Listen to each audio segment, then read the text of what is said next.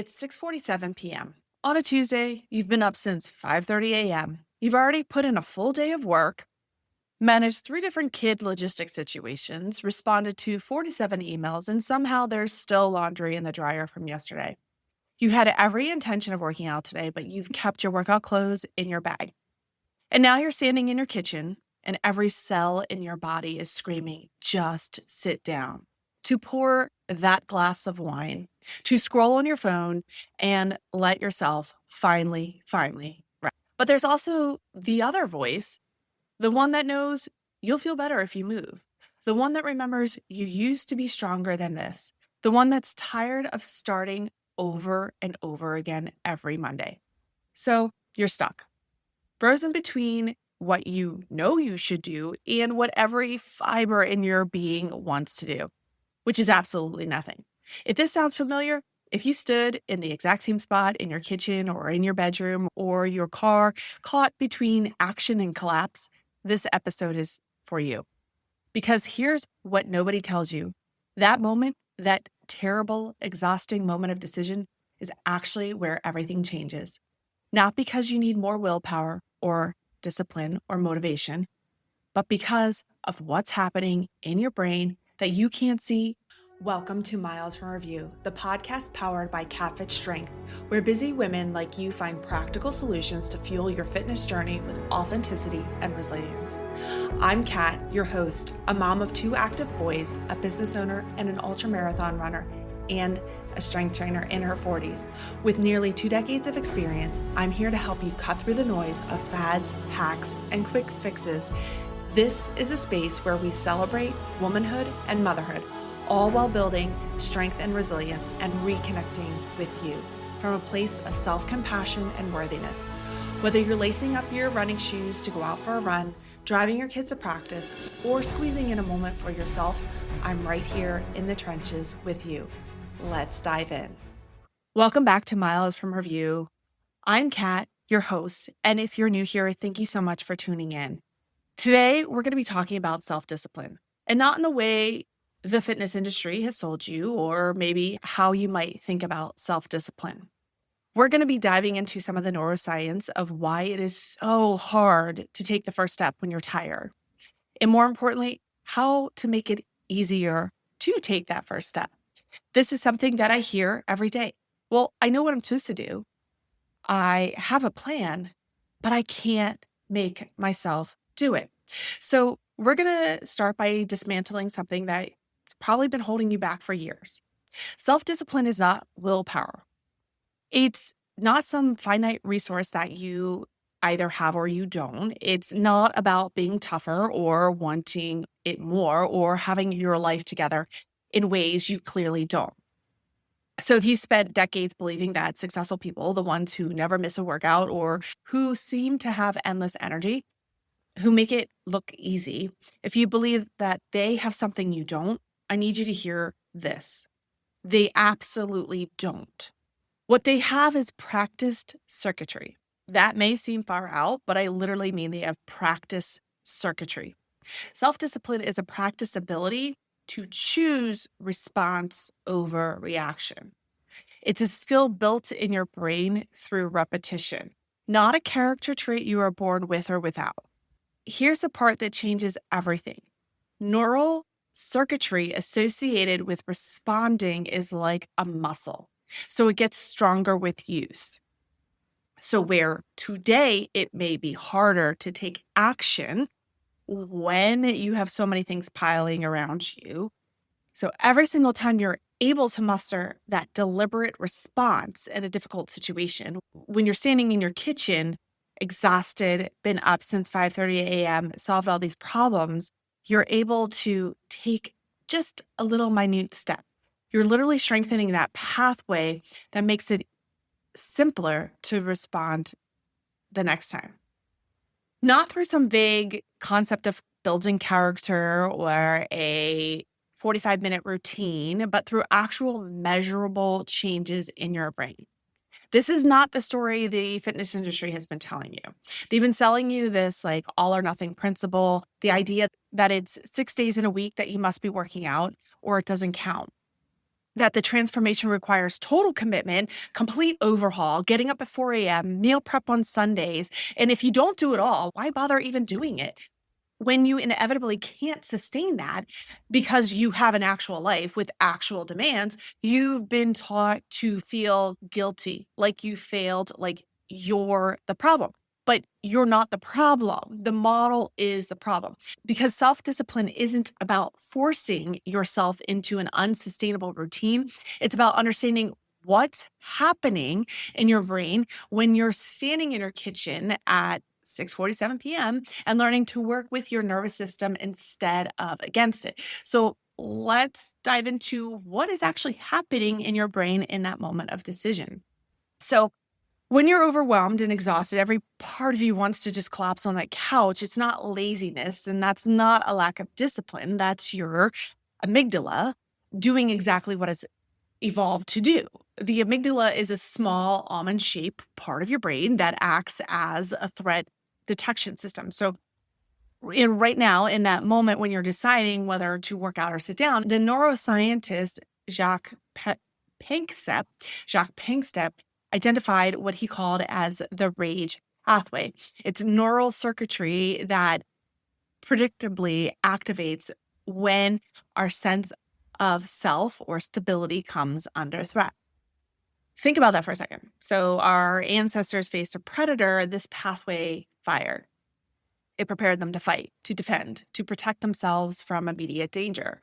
Today, you're not facing a predator. You're facing the gap between who you are right now, exhausted, overwhelmed, barely holding it together, and who you want to be.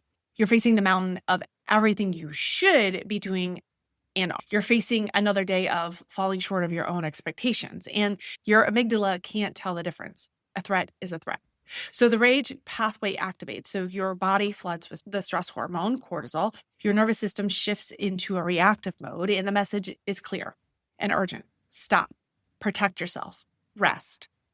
Here's the crucial thing to understand. This made perfect sense when threats were immediate and physical. When a lion was chasing you, you didn't need a thoughtful response. You needed a fast reaction. But in today's world, it doesn't work that way. Most of our disruptions, our challenges, our moments of overwhelm don't require reaction. They require a response. And that requires a completely different neural pathway. It's called the seeking pathway. When you override that initial reactive pull to collapse and instead choose to move, even if it's just for 10 minutes, even if it's just 2 sets, you're activating what Panksepp called the seeking pathway. This is neural circuitry associated with exploration, problem solving, working deliberately towards a challenge. And it's part of your brain that makes plans, that moves you towards goals, that says, I don't feel like it, but I'm going to do it anyway. And this is where it gets really interesting. So every time you activate this pathway, every time you choose a deliberate response instead of the automatic reaction, your brain releases a spurt of dopamine. Now, you've probably heard of dopamine in the context of addiction or social media or instant gratification, but dopamine isn't just about feeling good in the moment. Dopamine acts as a fuel for the seeking pathway. It makes us feel capable and motivated. It propels us to keep going, even when we're walking along a challenging and uncertain path. Think about the last time you did a workout that you didn't want to. Have you ever felt, not physically, but in the sense, I did it, I showed up, I'm someone who follows through? That wasn't just pride or accomplishment. That was dopamine flooding your seeking pathway, reinforcing the very circuitry that made that choice possible. The more you fuel the seeking pathway, the stronger it becomes, the easier the next choice gets. You may be thinking, okay, well, this logically makes sense, and I know I'll feel better after. I know it's good for me, so why can't I just do it? This is where something called the law of effect comes in. The law of effect says that while our thoughts are undoubtedly important, it's predominantly our feelings, our affect, that dominates our conscious and directs us this way or that. We tend to repeat behaviors that make us feel good. If working out has become associated with guilt, with falling short, with punishing your body for not being enough, your brain will resist it. Not because you're lazy, but because you're wired to avoid things that feel bad. But here is the awesome part. When you deliberately respond to an uncertain situation, you feel good. You get the dopamine hit. You experience yourself as capable. When you feel good, you become more likely to deliberately respond again. So this is an upward spiral. Once you get into a productive groove, your brain is less likely to be hijacked by hot and potential destructive emotions. Like the rage pathway quiets and the seeking pathway strengthens. Not because you forced it, but because you practiced it. So self-discipline is practiced circuitry. If it's about strengthening the seeking pathway and quieting that rage pathway. The obvious question is, how do you actually do that? I mean, science behind it is great. It's cool, but how do we bring this into that Tuesday evening at 6:47 p.m. when you're exhausted and every part of you wants to sit down? This is where we need to talk about something called behavioral activation. It's going to go against everything the fitness industry has taught you. Behavioral activation is built on a simple but revolutionary premise. Are you curious about KatFit Strength? Well, KatFit Strength is designed to help you achieve your fitness goals with confidence and clarity. Whether you're a busy mom juggling multiple responsibilities, a woman navigating unique challenges of prenatal, postpartum, or perimenopause, or an athlete looking to enhance your performance, KatFit Strength has you covered. Let's get down to it. KatFit Strength offers personalized programs tailored to your unique needs, goals, and ensuring you get the most out of every workout. Expert guidance provided for you with the understanding of the importance of balancing strength training, cardio, and mobility. Flexible workouts designed to fit into your busy schedule, whether you're at home or at the gym or on the go. So why choose KatFit Strength? I believe in creating sustainable fitness habits that adapt to your lifestyle. I focus on helping you lift effectively, move better, and feel stronger every day. Plus, emphasis is on realistic goal setting, celebrating every win, and helping you stay motivated and inspired.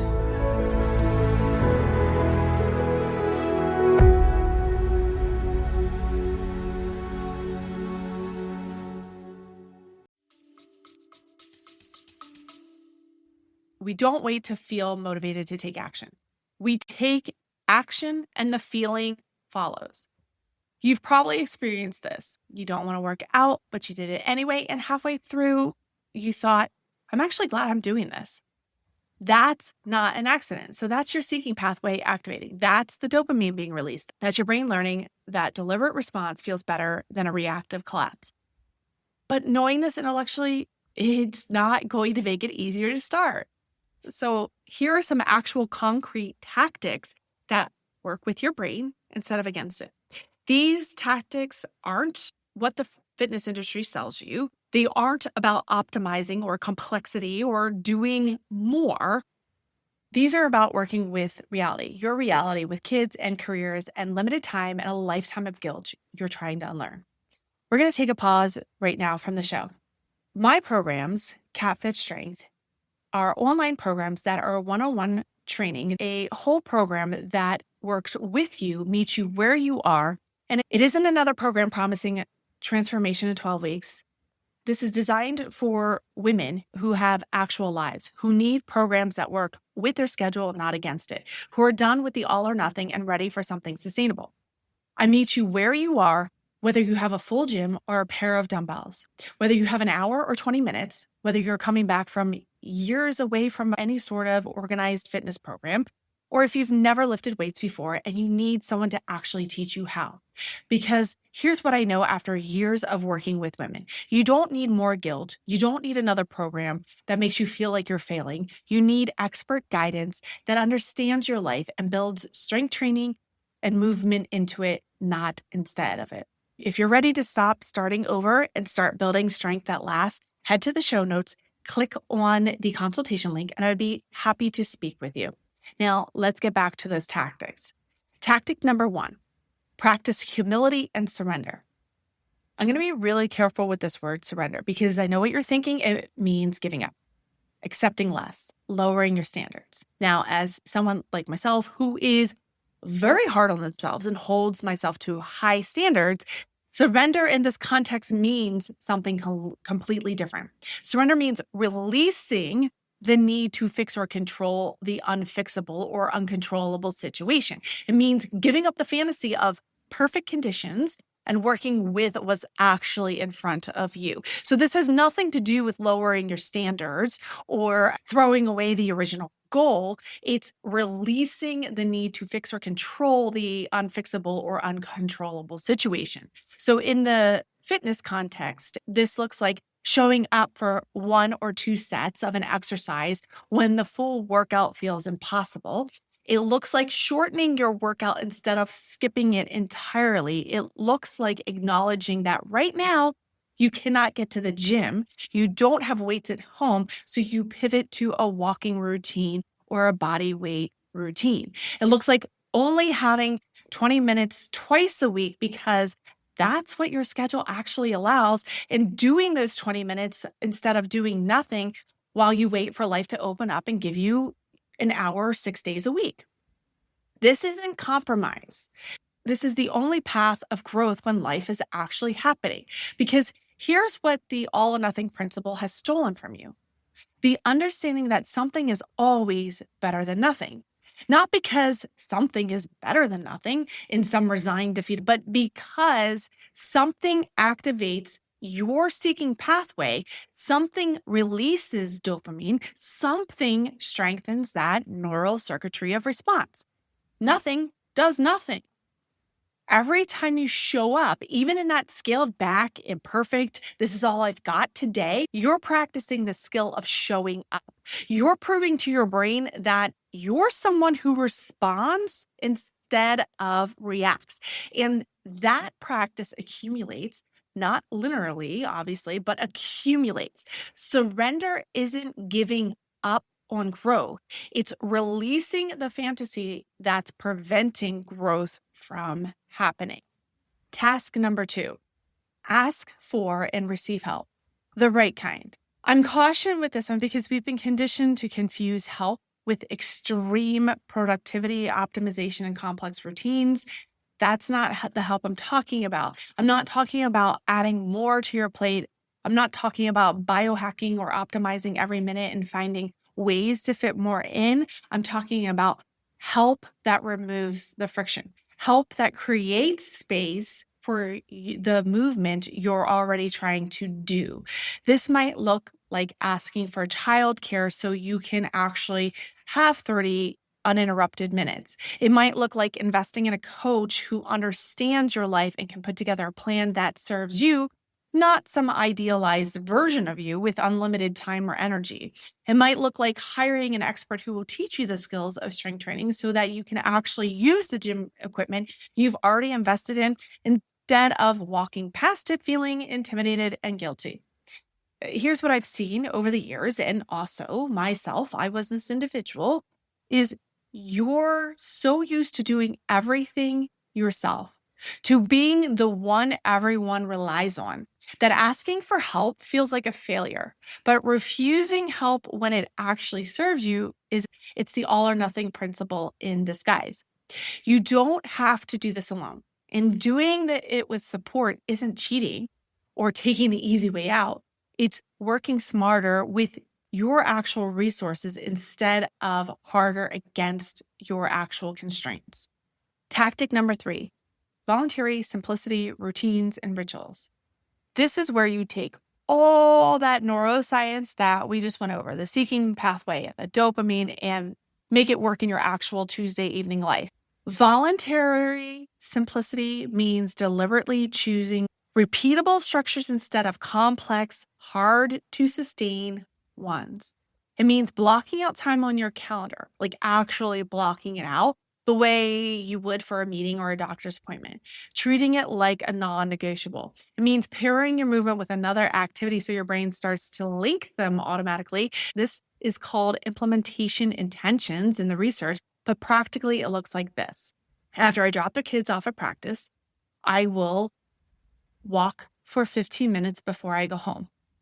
Before I leave my home office for the day, I will do a 20-minute routine with the resistance bands and the set of dumbbells I keep by my desk.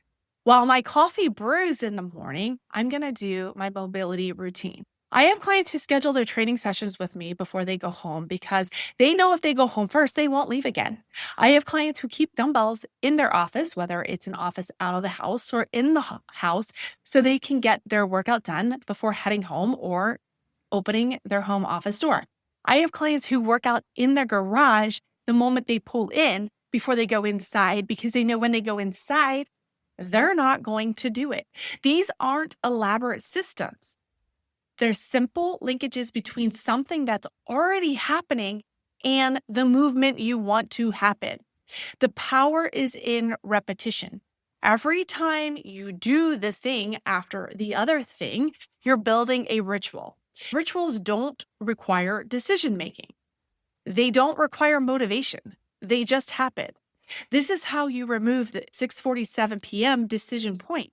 You don't have to decide whether to work out because you already decided when you set up the structure. Tactic 4, separate real fatigue from fake fatigue. This is crucial, and it's something most people never learn to distinguish. Real fatigue calls for rest. Real fatigue has physical markers, persistent muscle soreness that does not resolve, declining performance over time, mental or physical, disrupted sleep, getting sick more often, elevated resting heart rate, to name some of these. Real fatigue is your body saying, I need recovery. Fake fatigue is different. Fake fatigue is a resistance before you start. It's the voice that says, I'm too tired, that evaporates in the first 5 minutes into a movement practice. Fake fatigue is your rage pathway trying to protect you from the threat that actually isn't there. Here's a practical test. Start. Commit just for 5 or 10 minutes. And if after that time you feel worse, if your body is generally just depleted and struggling, it's real. If after 5 or 10 minutes you feel better, more energized, glad you started, it was fake. That's just your nervous system resisting uncertainty. And here's the thing. The more you practice nudging yourself past fake fatigue, the better you get at recognizing it, the less power it has over you. So you start to hear that voice, I'm too tired, I should rest. And instead of automatically believing it, you think, let me start and see. That's not ignoring your body's signals. That's becoming more sophisticated in your own understanding of which signals mean what. Tactic number 5, let your suffering turn into compassion. When you're struggling to show up, when you're caught in a terrible moment of decision, when you feel like everyone else has it figured out and you're the only one who can't seem to get it together, I need you to remember something. Everyone is struggling. Everyone has their version of 6:47 p.m. on a Tuesday night. Everyone has the gap between who they are and who they want to be. Your struggle isn't evidence. Your struggle isn't evidence that you're failing. It's evidence that you're human.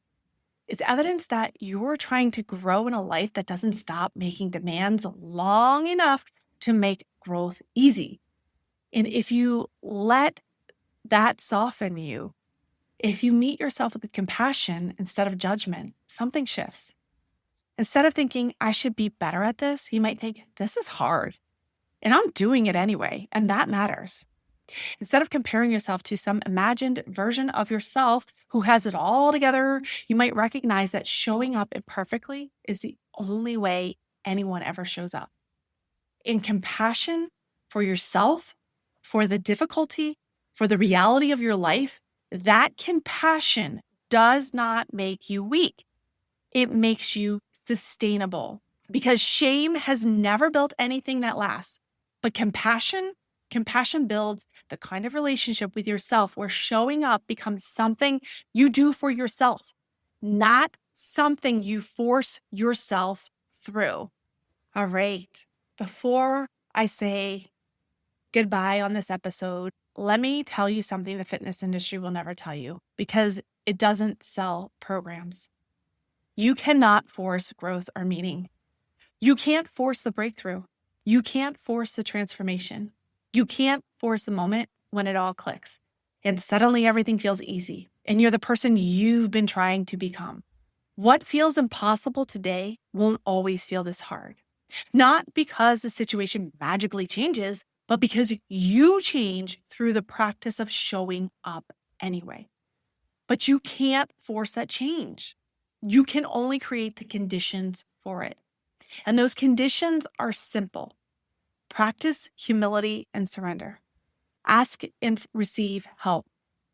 Create simple routines and rituals. Learn to distinguish real fatigue from fake fatigue. Meet yourself with compassion. These aren't dramatic. They won't make good before and after photos.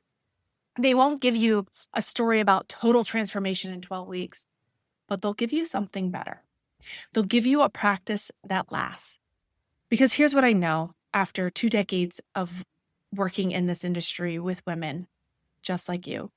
The goal isn't to become someone who never struggles with the decision to work out. The goal is to become someone who struggles and does it anyway. The goal is to strengthen the seeking pathway, one deliberate response at a time until responding becomes more automatic than reacting. The goal is to build a version of yourself who knows that 2 sets count, that 20 minutes twice a week counts, that showing up imperfectly counts, not because you've given up on wanting more, but because you've understood that this right here, right now in your actual life is where growth happens.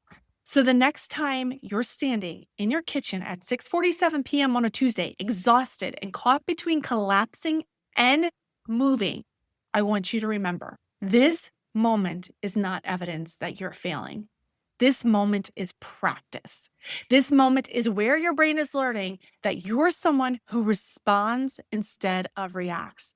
And if you can take that first step, even a small one, even an imperfect one, you're not just working out. You're literally rewiring your brain. You're fueling the seeking pathway. You're releasing dopamine. You're proving to yourself that you're capable of a deliberate response even when everything wants you to react. And that practice repeated over time changes everything. Not overnight, not dramatically, but deeply sustainable in ways that last. Thank you for tuning in to Miles from Review, powered by KatFit Strength.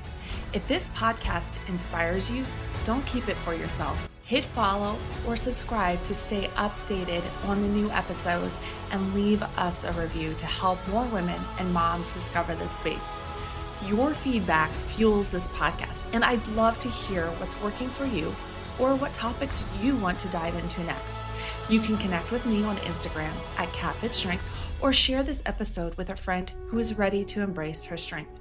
Remember, fitness isn't about perfection. It's about showing up for yourself and finding strength in every step of your journey. Until next time, keep moving forward 1 mile at a time.